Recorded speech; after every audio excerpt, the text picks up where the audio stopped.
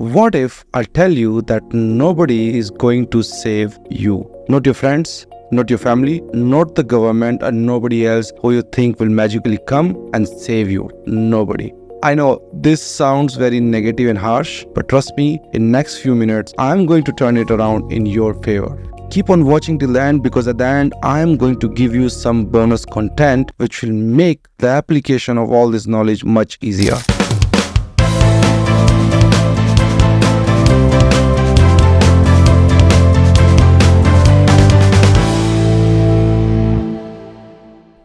Alright, so I know that you are feeling trapped right now, maybe overall in the life or maybe in certain part of your life. If that's the case, the first most important thing is to accept this fact. As the title of the video says, nobody is going to help me. Now, as much as this sounds like a negative thing, the reality is such a powerful position to be in and give you so much of empowerment, because if nobody else is coming, that means there is only one person who can do the things right for you, and that one person, my friend, is you. How amazing is that? You have all the power, all the control in the world to change your life. So why to wait for anyone else? Let's take the full control and turn around our life. Okay, so we'll look at few aspects of this concept and how it can help you in practical terms, not just any lecture. Number one, the harsh reality of life.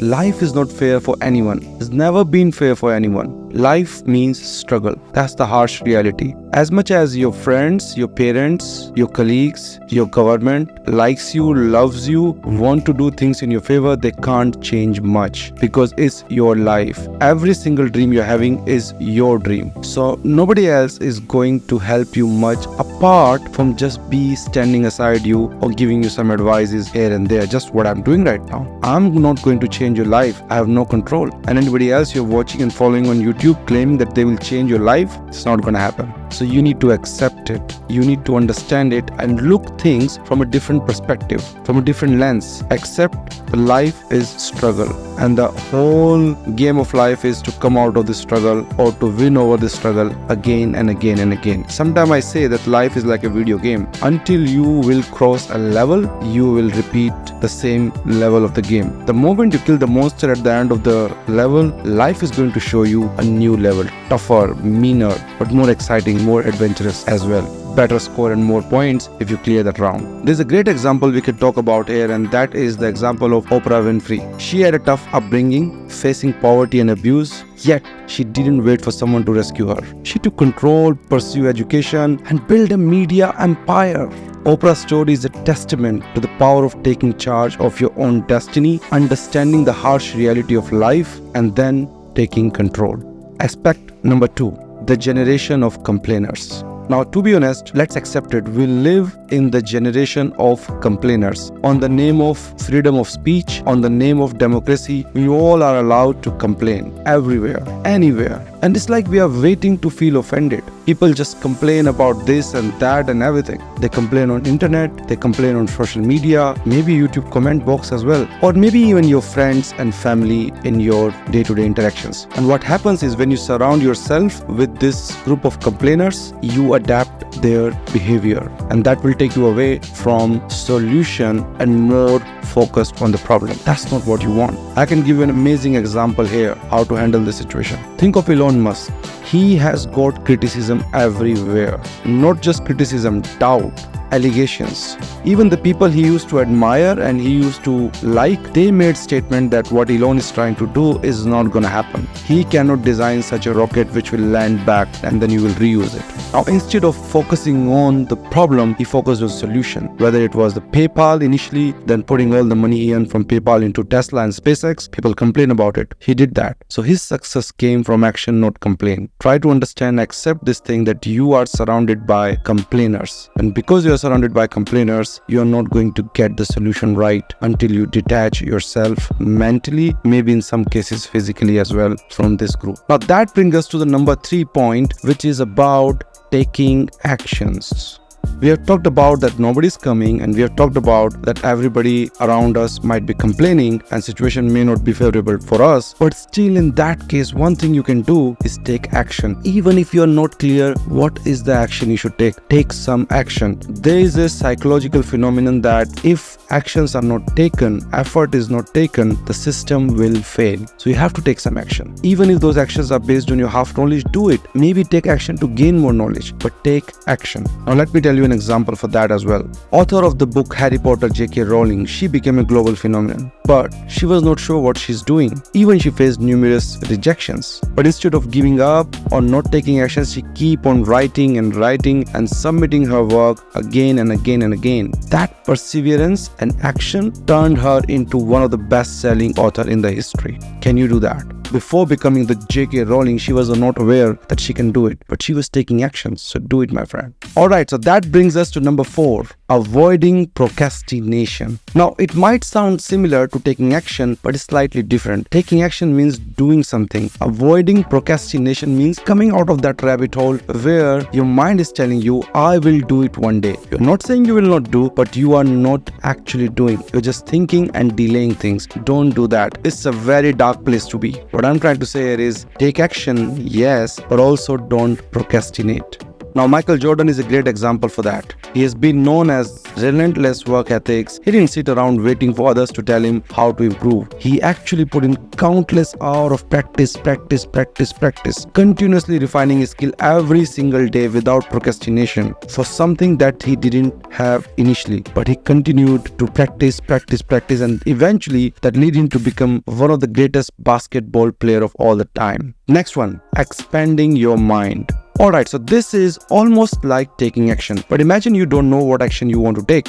This is one of the action you can take in that case, which is expand your mind. Invest in yourself. Increase your knowledge. Now, if you don't know what you want to achieve in life, just pick up what seems to be the most close to your heart today. It can change tomorrow. Learn about it. Like when I started this channel, I started learning about photography and videography. I had no idea how far it will go, but I started learning about it. Whether it will be helpful for me now, later, in future, I'm not fussing too much about it. Just learn, expand your mind. There is a psychological phenomenon as well. Your mind will focus on things which will help you achieve your goals. So if you train your mind to focus on solution, it will keep on focusing on solution. But if your mind is focusing on problem, that means in your goal setting system, somewhere the focus is on problems than solution. So train your mind in a way that it can start focusing on solution more and less on the problem, and keep on learning as well. So two things at the same time and expand your mind.